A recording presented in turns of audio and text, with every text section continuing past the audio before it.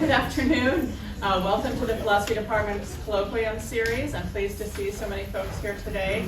I'm Dr. Rebecca Wisnett, Chair of the Department, and I'm pleased and honored to introduce this afternoon's speaker, our own colleague, Dr. Myrna Gabby. Dr. Gabby is a teaching powerhouse in our department.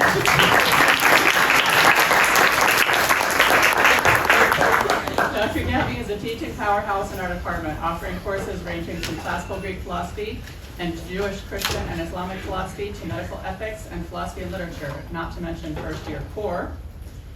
She also does a ridiculous amount of service and is just all around a star and a good egg. An accomplished scholar of ancient Greek philosophy, Dr. Gabby's recent publications include Aristotle on the Good of Reproduction and Aristotle on the Metaphysics of Emotion. The paper she's presenting today will be published next year in an edited volume, Philosophical Essays on Aristotle's Historia Animalium. Her talk is entitled Aristotle on Menstruation, Pregnancy, and Labor. Please welcome Dr. Gabby.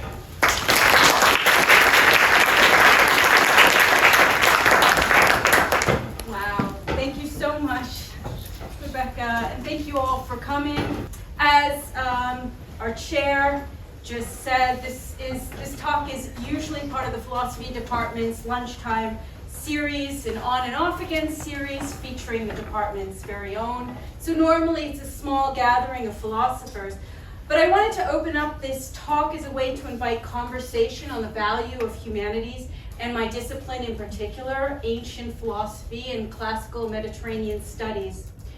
We all know that philosophies are at a crossroads. We're under threat of diminishing budgets and the corporatization of the university. But the classics, or ancient Mediterranean studies, is on the front line of all of this.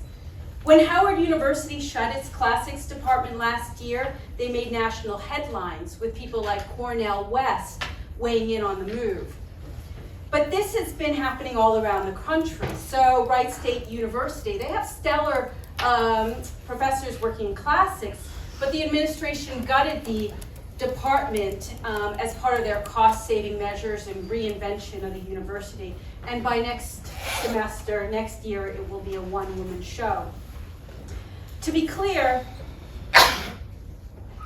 it's not just classics departments that are under threat. In philosophy departments across the country, the value of retaining a specialist in ancient Greek and Roman philosophy is under debate. And I understand why.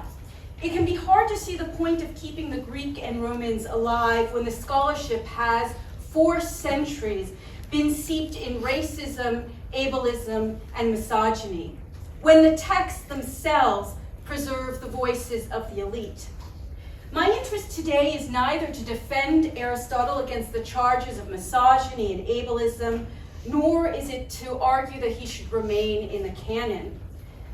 My interest rather is to show you what these texts might reveal, texts that have been studied and translated by men for centuries, what they might reveal when they've been translated and studied by those who have traditionally stood at the margins. It's not that there haven't been women scholars engaging these texts before, but the field is now more than ever interested in the voices that have been historically suppressed. So today I'm going to share some of my recent work on Aristotle's conception of menstruation, pregnancy, and labor, and I might just be the first person to publish on this topic. So let's begin. Aristotle has some choice things to say about the female in general and women in particular.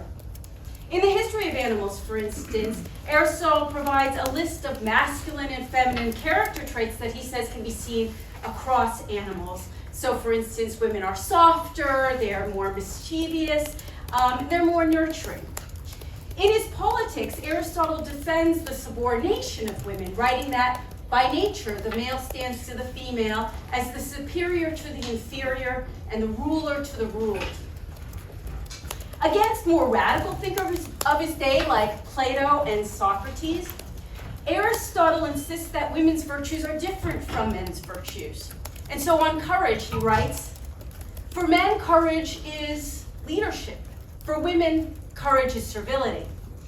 And in the generation of animals, he compares females to monsters, deformed men, and sterile men. Now, I'd love to speak to you about all these claims today, but that would take all day. So the focus of this talk is just going to be on Aristotle's use of the language of deformity in connection with female animals, both human and non-human. There are two passages in the generation of animals where Aristotle describes females in this way. He writes, the female is like a deformed male. A little bit later in this book, the female nature is like a natural deformity. Now, it's important to emphasize that Aristotle doesn't say that female animals are deformed. He says that they are as if deformed in their body and in their nature. Now, given all the misogynistic things that Aristotle has to say elsewhere, you might be surprised to learn that a lot of scholars working on Aristotle today are not too fussed about his depiction of women in the generation of animals. They don't believe that females are, for Aristotle, physical distortions of their male counterparts. And so they're really wary of any interpretation that, to their mind, exaggerates Aristotle's sexism. And the reason is, because they do have a good reason. The reason is that Aristotle's conception of the female in his book, The Generation of Animals, doesn't fit with his treatment of congenital malformations. Now, I think they're wrong, and I'm going to argue that Aristotle does imagine females as physical distortions of the male.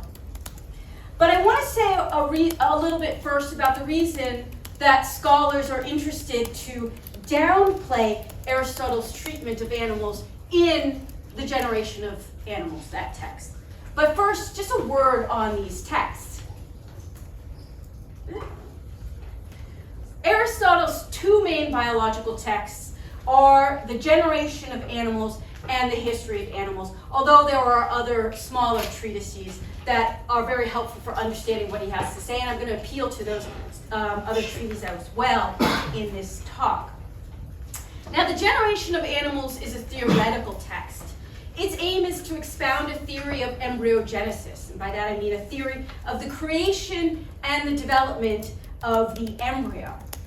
And he aims to do so principally by using philosophical argumentation. Now, that's not to say that Aristotle doesn't appeal to empirical observations in The Generation of Animals. In fact, Aristotle performed a great many dissections, which he chronicles in The History of Animals. The History of Animals is his empirical text. He there writes about animal anatomy, physiology, and behavior. But it's really in The Generation of Animals that Aristotle has most to say about congenital abnormalities and anomalies. Now, Aristotle uses the word deformity. I don't like to use that word. And so when I'm talking about Aristotle, I'll try to say things like genital abnormality, congenital malformation. But I preserve the word deformity because I think it really captures the denigrating way that Aristotle speaks about women. So I don't want to take that out of my talk altogether. Now, Aristotle is interested in congenital anomalies in The Generation of Animals because he wants to understand the forces that he thinks drives development and those that derail development of the embryo and fetus. Now, Aristotle imagines that nature is orderly and good. This precept lies at the foundation of his biological sciences. Aristotle insists that nature is orderly and good because the parts of an organism, right, the organs and the limbs, all seem to support their survival and well-being. And therefore, he regards as contrary to nature and as deformed any parts of an organism that do not serve or serve well the function for which sake they exist. So for instance, Aristotle would say that an eye with a misshaped cornea or detached retina was a deformed eye because it cannot perform the function for which sake that part or those parts exist. So Aristotle gives us a lot of examples of congenital malformations or abnormalities in the generation of animals. He talks about the duplication or deficiency or fusion of parts. I think I need these glasses instead. And so he's interested in hermaphrodism and Siamese twins. He talks about fused passages. So he mentions in this context wombs or cervixes being fused shut, anuses and urethras. He's got this great story about this poor sheep whose anus keeps on fusing shut no matter how many times the shepherd cuts it open. And he also talks about dwarfism as, for instance, another instance of a deformation. Now, because these malformations are contrary to nature, to his mind, they upset the intricate balance and order in the body and the soul. And that means that they threaten also the physical and psychological health of the individual. So Aristotle has a bad habit of pathologizing any physical difference, right? So what he says about people who are dwarfs, for instance, is that they have a love of sleep, they've got bad memories, and some of them have a form of brutism, an especially bad case of vicious character. And Aristotle says that having malformations really interfere with the individual's inability to lead a meaningful life. And that's why Aristotle recommends legislation requiring the exposure of deformed infants. It's one of the hardest things to read in the Aristotelian corpus. But here's the puzzle. Here is what I'm working with. Here's why some scholars want to minimize Aristotle's claim that females are like deformed males. Aristotle's account of deformities in the generation of animals doesn't really conform to his treatment of females in that very text. What we learn is that females are necessary for the preservation of most species. And that means that their reproductive parts have to be suited for their particular function. He also treats of women as capable of leading meaningful lives in his ethics. So this should cause some pause. Are scholars right to de-emphasize the language of deformity? I don't think so. And so this is what I want to claim. I can't do all of this here today, but my claim is that for Aristotle, the deformity of the female body is evinced by the pains and risks of menstruation, pregnancy, and labor. But what's intriguing about all of this is that Aristotle, in discussing these things, shows some intimacy and knowledge of women's experiences. And so typically, in ancient Greek society, it was thought of as being uncouth to talk about women's experiences, any of these things. Wouldn't ask about women's experience with their pregnancy, and certainly not their delivery. And so the fact that Aristotle chronicles this really is kind of interesting. It's something, because we have so little to go on. And what I want to say, although I can't spend much time on this, is that if philosophers overlooked Aristotle's description of women's experience, is one of the reasons is that his descriptions of women's experiences are found in his history of animals. Right? Again, this is Aristotle's empirical text. And philosophers, well, we like to deal with loftier manners than Aristotle's empirical science, at least traditionally. And because his science is so often wrong. But it's also the case that the main translators of these texts are men.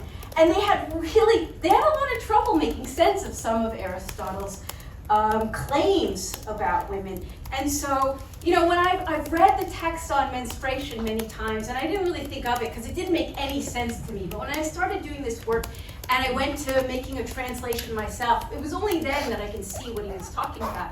They really struggle to make sense of what Aristotle is saying, which is why sometimes you need a woman to deal with these texts. So in the remainder of this talk, what I want to do is to describe the experiences of menstruation, pregnancy, and labor as told in this one book of the history of animals. It's not a whole lot, but dealing with ancient things, I think it's a lot. It's great. So I'm going to detail what he has to say, and then talk about Aristotle's theory of pain on respiration, because what we'll see is Aristotle imagines that pain and risk accompanies all these aspects of a woman's reproductive life. And I'm going to argue that Aristotle's conception, argue that painful reproduction doesn't fit his conception of nature, right? And so this is what the problem is. Women stand outside his conception of nature. It's got a real challenge. So let me just tell you a little bit about Aristotle's theory of conception. Just some background information, how it works for Aristotle. So Aristotle thinks that there are two principles. There is the female principle, which is menses, and there's the male principle, which is semen. And what menses does, menses is the matter of the embryonic body. And it also provides the nourishment for the fetus as it's developing in the embryo. Now, Aristotle imagines that the menses is a passive principle of generation, so it needs the work of the semen in order to invest it with life, give it vitality. And so what the semen does is, first, it prepares the menses to even become an embryonic body, right? Because menses is so fluid, what the semen does with its vital heat is to give it some substance, form a little shell, a membrane around a pure bit of menses, and then it transmits to the menses its soul. So semen is the active principle of generation. Now, it's important to understand that both menses and semen are formed for Aristotle out of concocted blood that has been heated and through this process is made more pure. The menses are concocted in blood vessels attached to the uterus. Because females are cooler, they're unable to bring this process to completion. And so in a way, menses and semen are kind of the same stuff. For Aristotle, they're both types of sperma. And the difference between females and males is that males are able to complete the process of concoction and make blood out to be what it's really supposed to be, semen. Menses, well, they're incomplete semen. And because they're incomplete, not only are they impure, they haven't been reduced. Right? When you cook something, when you heat something up, a liquid up, says Aristotle, you're going to reduce the liquid. And so men, because they're congenitally hotter than women, they've got more internal vital heat, they are walking around with a lot less extra baggage in terms of fluid than women. And what happens with this is that the menses, right, they're being concocted in the fine blood vessels that are attached to the womb, and they start to hemorrhage because they're not being reduced enough. And they hemorrhage, this is his words, they hemorrhage into the womb. But that isn't what Aristotle thinks cause menstruation. He thinks that menstruation is actually precipitated by the waning moon. So the idea here is the moon, when it starts to wane, it brings cooler temperatures and stormier weather. And since our bodies are so sensitive, they're balanced in order of being so delicate, so sensitive to our external environment, right? It makes our internal temperature cooler. And this cooler air ends up reversing any little bit of concoction that women have really mustered their colder bodies. And bloody menses fill up the womb. They fill up the womb because the cervix hasn't yet opened and released the blood. Here's what Aristotle has to say. This is my own translation. In some rare cases, menstruation comes each month, but in most it comes every third. Without a doubt, women who menstruate for a short time, 2 or 3 days, have an easier go of it. It's more difficult for women who menstruate over many days. Women suffer during this time. For some, the catharsis occurs in clots, I think, right? For others, a little at a time. But in all cases, the body feels trouble until menstruation comes to an end. For many, when menstruation begins and it's about to break through, there are suffocations and noise in the womb until the menses break through. Now, I believe that Aristotle here means to be describing menstrual cramping, and that he understands PMS as the experience of suffocation. Okay, but let me start with the view of suffocation, because I think what's happening here in this bold section, he's explaining PMS. And then in the part that isn't bold, he's talking about what it's like for women while they're bleeding. So Aristotle thinks that the purpose of the lungs is to temper the heat generated by the heart by bringing a steady flow of cool air into the body. If the lungs are prevented from bringing cool air, the heart overheats and it expires. So the upshot is that for Aristotle, suffocation is caused by insufficient refrigeration. It's not caused by insufficient oxygen. And by this account, any organ is capable of suffocating as long as it's capable of overheating and overwhelming the heart. Now, for the present purposes, what is most salient is Aristotle's account of how the lungs respond when prevented from breathing. The lungs, we are told, heave in an attempt to cool the body and dislodge whatever is causing the restraint. Aristotle compares this motion to the way that insects cool their bodies. They don't have lungs, insects that don't have lungs. And so he said instead what they do is they move their midriffs up and down in order to let cooler air enter into their bodies.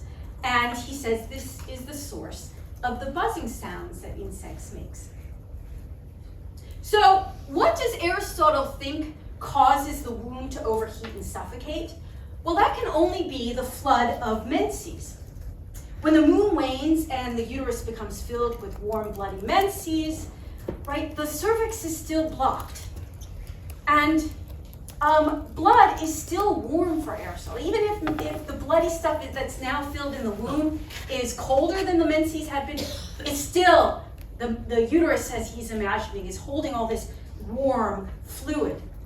And so it starts to overheat. It needs to break open. So the womb starts to heave. It starts to heave up and down in an attempt to force the cervix open. And this apparently creates a noise. Now, suffocation is a painful and distressing experience when it happens to lungs.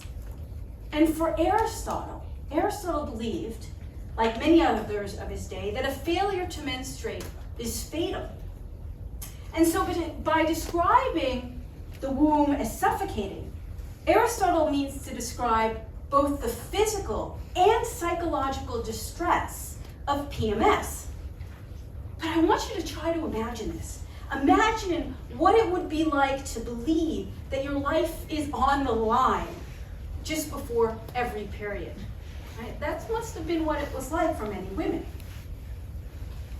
But as we see here, the pain doesn't just end with bleeding, not according to Aristotle. Once the cervix breaks open, catharsis begins, and women, we are told, suffer and their bodies feel troubled or heavy. Now, Aristotle says that women suffer more when the catharsis is prolonged. And he may be observing the pain connected with uterine fibroids or endometriosis, both of which cause prolonged, heavy, and painful bleeding. But, and this is critical, there's no indication that he connects painful menstruation with a medical condition. It's just normal.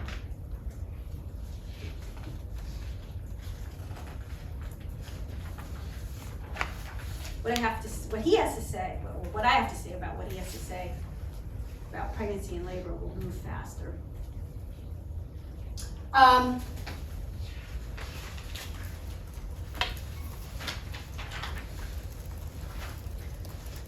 So Aristotle writes that all women will endure unpleasant experiences during pregnancy at one time or another. Women feel troubled, he writes, in all parts of their bodies. They have headaches, they experience darkness in front of their eyes. Does anybody know what he's talking about? Darkness? I have no idea. And he says most will experience nausea or vomiting.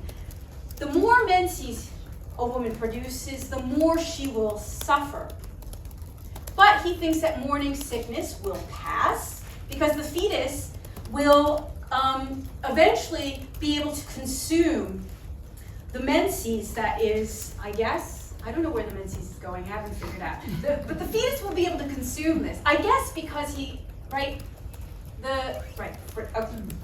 You don't need to watch me think on my feet here. And the reason is the body will no longer be collecting all this extra fluid. Okay. Aristotle notes that some women are worse during their late stage of pregnancy. He notes that there are some common afflictions that certain women often get, like strenuary, which is a painful urological condition, swollen legs, and eruption of the flesh. Does anybody know what that one is? I didn't until somebody told me. Yes, you got it. It's acne. Yeah. Women also will experience psychological changes, longings, mood changes, and discontent even when they got what they desired. Aristotle says that the pain is really worse in the 4th and the 8th month. No idea what he's talking about. But he does tell us that if the fetus dies during either of these months, the mother is sure to die. And here's why. The fetus will not descend, he says, and the womb will not open. It's a really horrible thought. Now, like his account of menstruation, Aristotle's description of labor shows some intimacy with the experience. He knows about false labor, Braxton Hicks, which he attributes to the fetus turning its head. He understands that women feel pain in different parts of their bodies, in their thighs, their abdomens, their lower backs. But he imagines that the experience is different whether a woman is carrying a male fetus or a female fetus. So if it's a female fetus, the pain is dull and contracted. It goes on forever. But if it's a male fetus, the pain is acute and much more difficult to bear. Why? Well, what we know, what he tells us, is that labor is difficult because women have weak lungs. And women need to use their breath in order to push the fetus out. Another clue as to how Aristotle is conceptualizing women's particular experiences, he tells us that the placenta, he doesn't call it the placenta, he calls it the afterbirth, is extruded by the eversion of the womb. And so when the infant comes out, he or she pulls along the womb with it and turns it inside out, and plop comes the placenta.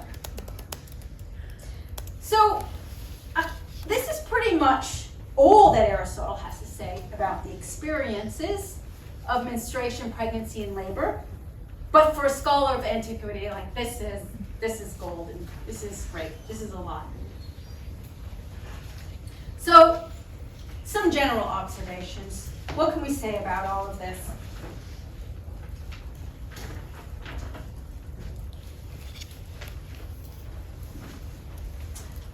Aristotle, the first thing we can say is that Aristotle associates pain and danger with all female reproductive events. And it's important to emphasize this is right. He's not just talking about pregnancy and labor, because menstruation involves suffocation. It's also life-threatening. Men, by contrast, achieve their reproductive ends without headaches, without nausea, without stabbing pains. Right? It's all pleasure for them and no danger. Of course, right, the men, as Aristotle conceives it, they are the real agents of reproduction.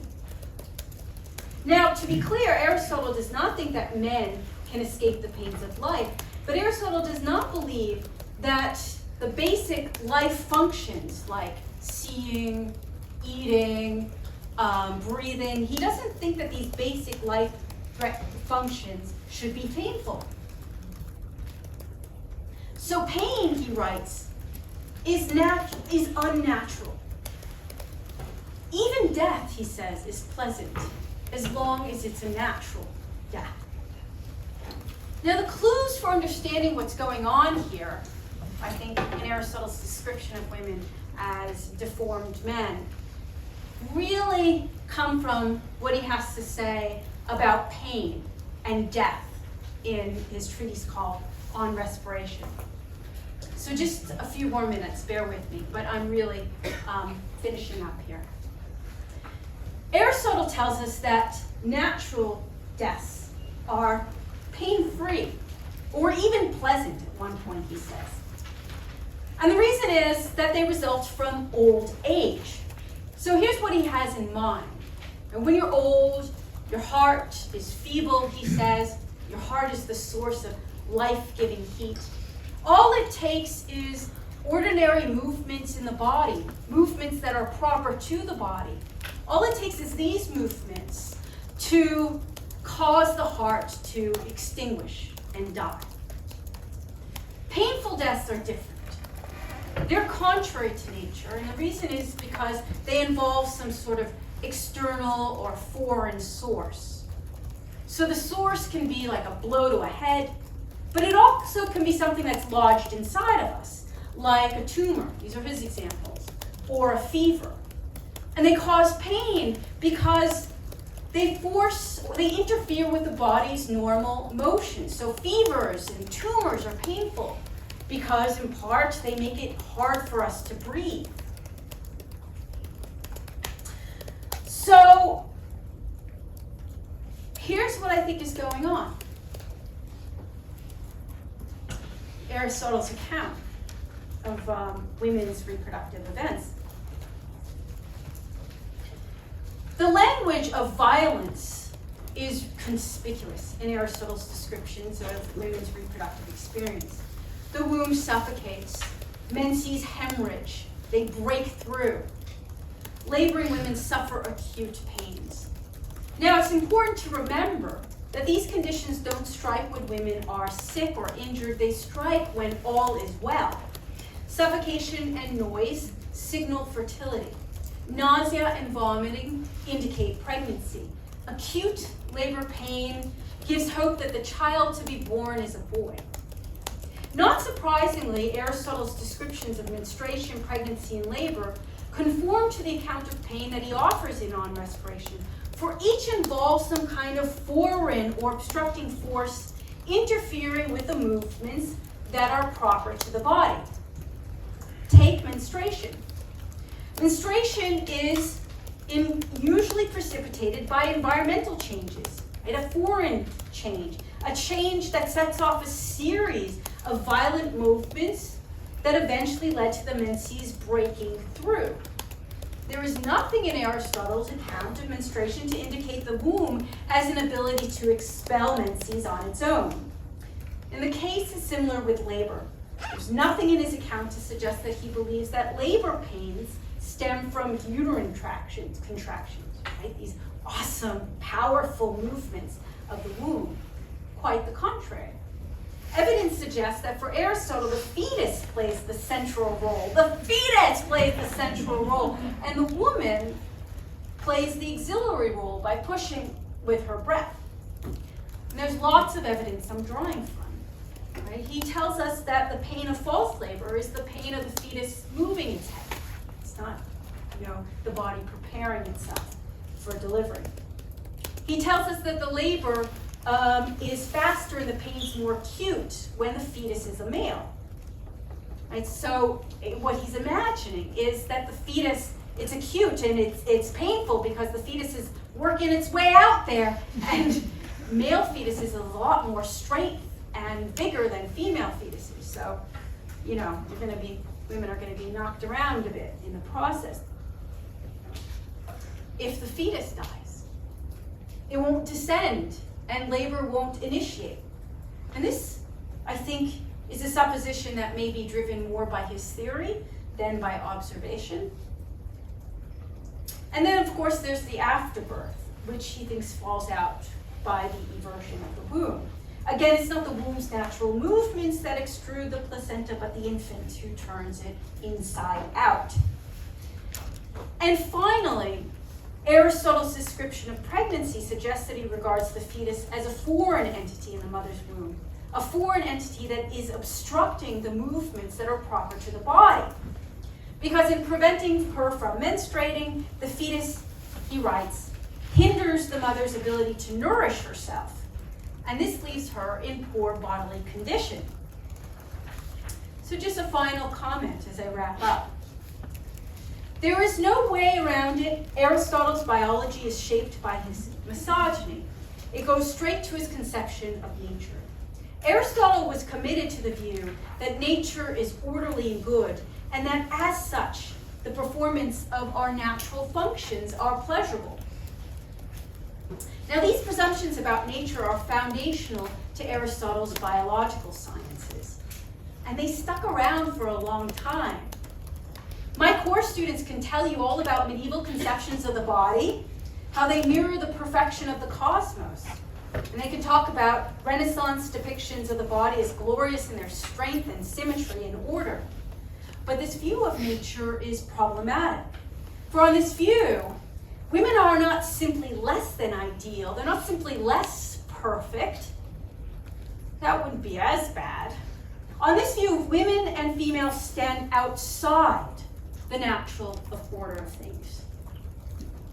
And that, I think, is why Aristotle insists on describing females as deformed and monstrous males.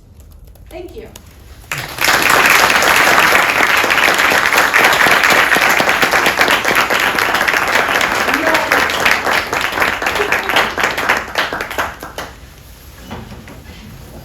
Verna, you want to take some questions? I will take some questions. I know that some people have to go to classes, so this might be a good time to get up and leave now.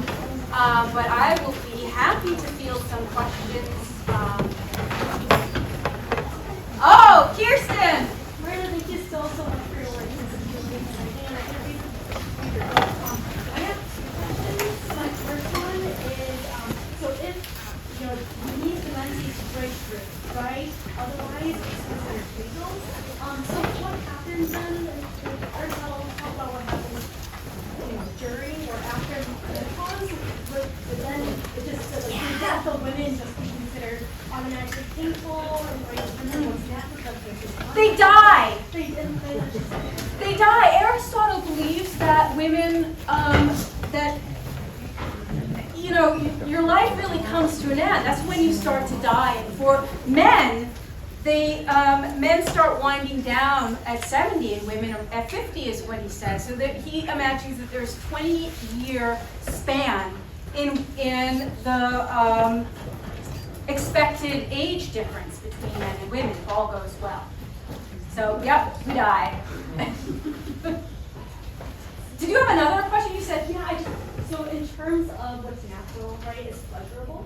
I was curious therefore if Aristotle had anything to say, what he had to say about orgasm for women. Was that something that was written about? Because the early Yes. writers, right, they had some theories that it was required for women to orgasm in order to conceive, which is also drawn upon some of the classical Yeah. ideas of curious. So this is all really contentious, and I wrote a paper on this that's sitting because people don't seem to like it. But I think that Aristotle says that women can't orgasm. And so because, as you know, this is a big issue because oh my God, what's his name? The guy, I was thinking of earlier, the Hippocratic writers, they all thought that women contribute semen as much as men, and so if, and the fact that women orgasm was evidence of that, and so if women aren't going to produce semen, then they can't orgasm, and it kind of fits his old conception of things. There's something different that happens with women. Yes? How typical of the time of antiquity was Aristotle's view? Was it contentious? Was it met with backlash? Or was it largely seen as revolutionary? That's a good question. It was all contentious. So there were lots of different views about women. And so Aristotle, it's anywhere between men and women both create semen and they're both responsible for the creation. Or Plato, who in many ways is more progressive than Aristotle in his thinking about women, but he basically thinks that men are pregnant.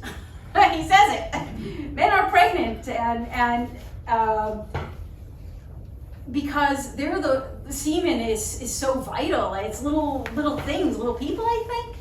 And so all you need is a nice little place for them to grow. That's the womb. And then there's Aristotle, who's kind of in between that view.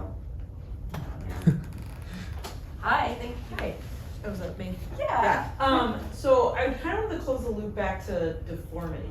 So you were talking about the sort of natural and unnatural external ways of dying, and that you included things like fevers and those things as being external.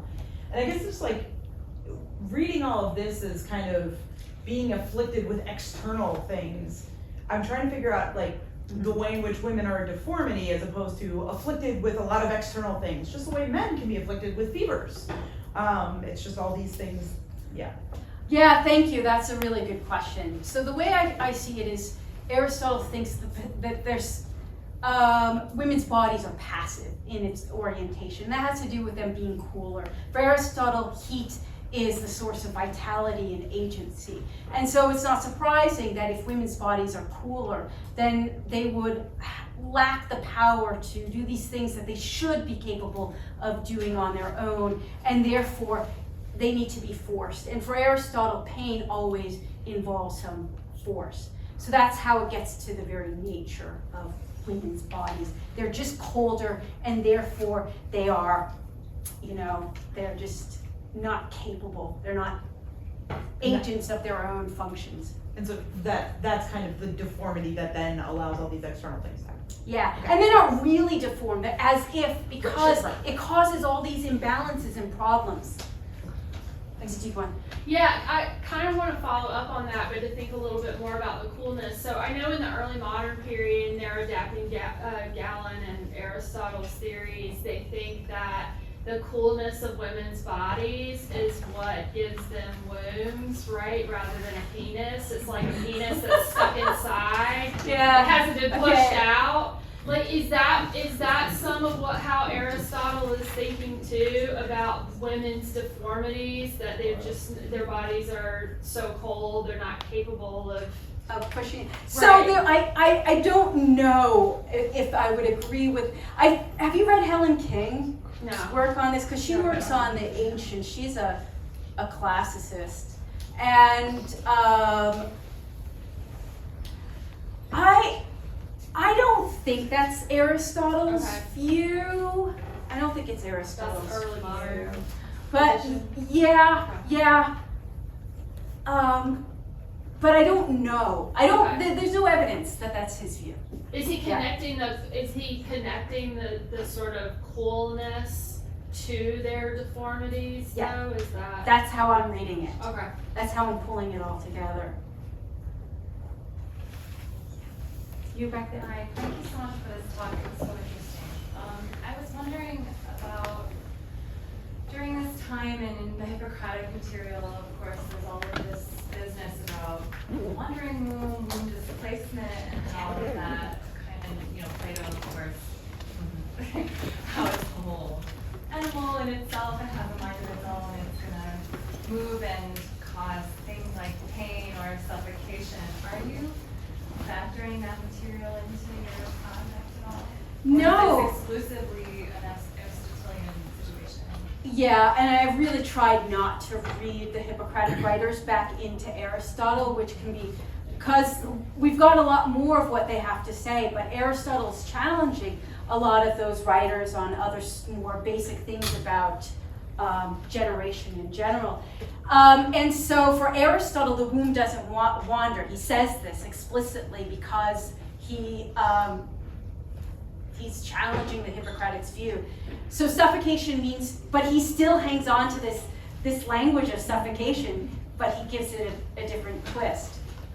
Yeah. I just also wondered if you're aware of Emmanuel Bianchi's book. Yes, I just saw her a couple weeks ago, actually. Amazing. Okay, yeah. Never mind then. You're on it. I wonder how much of this has to do with women being pregnant way more often. Like when he says menstrual cycles are every 3 months, and it seems like some of this reminds me of the contemporary abortion debate when we have an incomplete miscarriage and we need to have a DNC. And to what extent is this influenced by the fact that women menstruate a lot less? Yeah. Right. You know what? I'm thinking about this too, because I think for him, he's imagining, okay, women, girls become women around, I'm not sure what age, and then for most of their lives, they are they're pregnant, actually, and so you're right, seeing it through the lens of that. And I've read that at least one theory about this, about why there were so many deaths. Aristotle, by the way, he lost his wife young, and so I don't think we know how she died, but presumably she died in childbirth. And he recommends legislation against marrying women at the age of 12. He recommends that they wait until they're 14 for the reason that he says too many of them die in child labor. But I think the most people suggest, most scholars write as if women are pretty much constantly pregnant, and then they're lucky if they make it to menopause. Yeah. Wait, Yeah, thank you. First of all, thank you for your talk. It's actually surprisingly really great timing in the research I'm doing this semester. So thank you. We'll have to talk. So when you're talking about the pain and danger associated with reproductive things that women's reproductive events, it had me thinking about Darwin coming up with other reasons to justify why men are superior to women, and it's also associated with danger, right? So in natural selection, men are experiencing more danger, therefore the natural selection process is more rigorous, so men are better, right? And so I just wondered if you had some thoughts about the reversal of the value of danger. I find that so fascinating. But of course, Aristotle isn't operating with anything like natural selection, so that might be it, right? Nature is orderly and perfect. And so if bodies aren't working that way, they have to stand outside that worldview in some way. So, yeah, I guess that would be it. Carolyn? Thank you, Dr. Gabby. This is fascinating. I about nature to a hallway conversation because I'll look like the 20th century. But the issue that you have the question marks about seeing black spot or not Darkness. darkness, I'm wondering if that's migraines. Oh. I don't know. I don't have migraines, but the people who I know who do talk about spots. Yeah. I think All right. migraines are associated with like preeclampsia, right? I don't know. So I'll have to look this up. Yeah. Yeah. Also, thank you. I love that. This is how I got the stuff on acting. I was so puzzled. So puzzled. Dan? Yeah, just two quick questions, or really a question. Then I just wondered, so often women are associated as nature and they're Yes, naturalized. that's it. So I found your That's last it. sentence that women stand outside of nature just be really interesting, because in this way, then nature emerges. Like women are the stage upon which nature is born through struggle, pain, and violence. So I just wondered if you could say That's more the on that. 20th century. That's the 19th, 20th century, right? But that is sort of fascinating. And my other question was about the location Yeah. of the soul. Like so often, Aristotle's soul I thought was in the heart, and that's repeated so often until Descartes puts it in the pineal gland. But I wondered, is there a transference from the soul from semen? Does semen become the heart within the fetus somehow or something? Or No, it all evaporates. The semen works like the way fig juice curdles milk, and so it like I guess makes a little thing, and then somehow invests its movements. It's really a transfer of movements, and so the movements that it transfers are those that are shared with the father's blood, movements that are in the blood because the blood travels throughout the body. And so the blood carries really the blueprint. The movements that are in the blood from it going around the body carries the blueprint for the embryo to develop. Yeah. The greatest pain I ever saw my father in was when he was trying to pass a kidney stone. And it's very interesting that Aristotle might be wrong about many scientific things, but it seems like his account of what causes pain at a certain acute time is pretty spot on. In that case, it's an obstruction from a foreign body to a sort of natural process.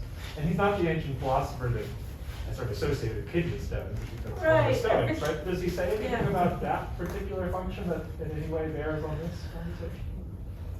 Not to make it about men, because No, actually, I want, the next thing is about testes. Yeah, so that's what I have to turn to after that.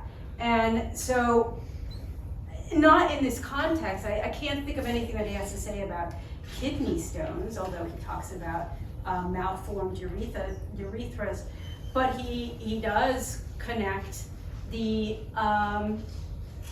location of the testes and the presence of the testes with sexual temperance. And so there's a story to be worked out.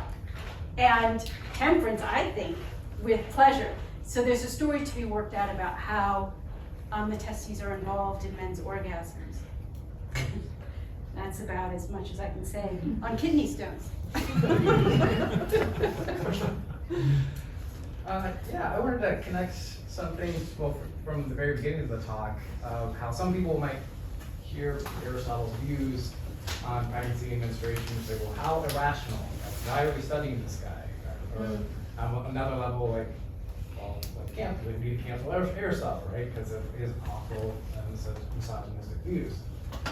So a couple questions stem from that. One, what are some lessons that we can learn with how wrong Aristotle got things? Because I think there is some value in the history of thought. But also, and if you also describe to a random person on the street these views, and like, well, how crazy, how could he believe such a thing? And then you tell him he's also one of the founders of logic. What? Do you think his theory, his framework of thinking of this, was it more accurate than the average person at the time that didn't think about this for a long time and didn't come up with these theories, or was this actually more of a hindrance where he led more accuracy? I think he's got some amazingly accurate things to say about the body when you do this detailed work, which is what I'm doing. I'm spending all my time with reconstructing the anatomy because philosophers haven't really done this. And I don't know, sometimes I feel like I'm just spinning my wheels. What is the point of doing this? And I wish I had a better answer. I can say that I remember being in graduate school and hearing about how Aristotle's view of semen giving life to menses was, took hold of the imagination, the scientific imagination for millennia. And so it took a lot of work to undo that and rethink the relationship between the semen and the egg. And I don't have an answer for how all of this might change how we might think of women's experiences, but I'm wondering and thinking about that. So I'm sorry, I don't have a better answer. Well, thank you for this. Certainly for working on things that are under-theorized and I think exposed a contradiction in my understanding of Aristotle that I didn't know I was carrying around. And that has to do with the idea of suffering and undergoing and striving that seem to be central to his ethics and his politics. Now they maybe not by nature, but they're not contrary to nature, is the way I would always understand it. But in this context, it seems that if suffering, if pain entails a kind of deformity, then the other question I would ask is, what would his position be on the possibility for women to have happiness? So it's all, I mean, I'm still working out. It's such a great question. I'm still working this out. And what is it? So in some ways, so Aristotle thinks that if we're in too much pain, this can really derail our ability to think clearly.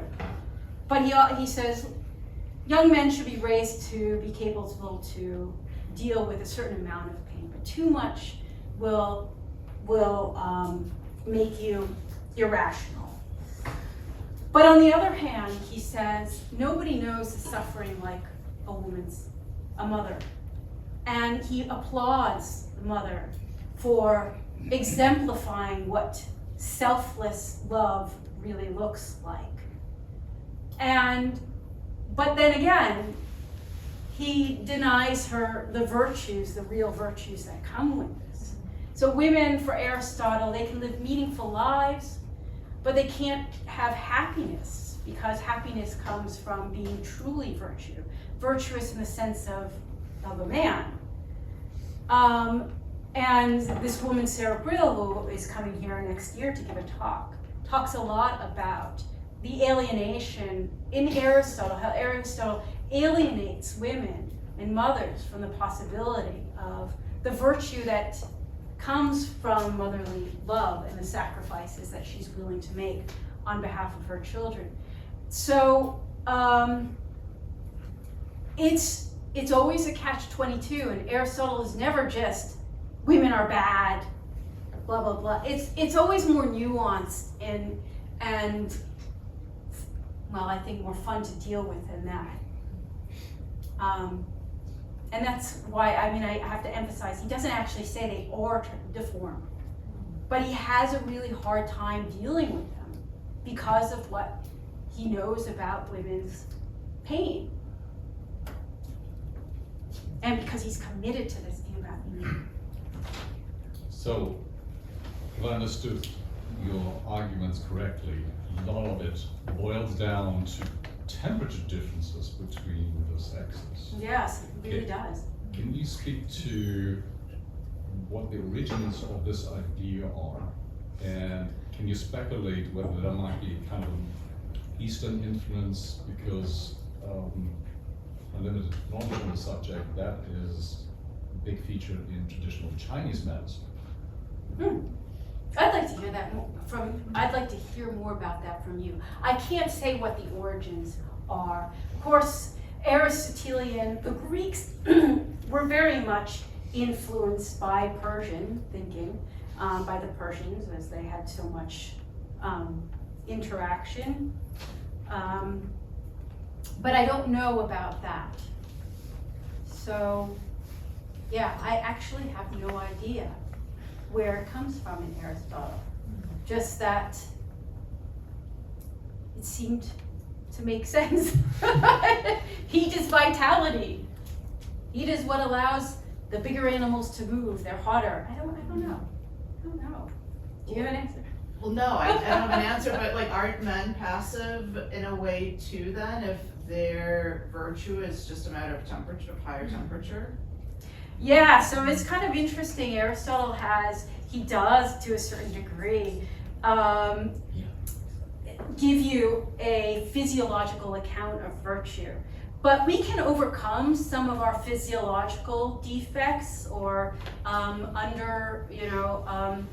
our imperfections, but women can't because it's just too great. But also some men can't either, and that's why Aristotle's committed to the view of natural slaves.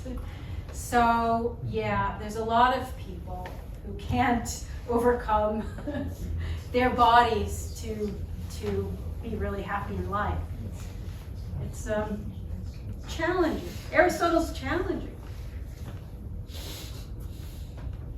Wow. Thank you all.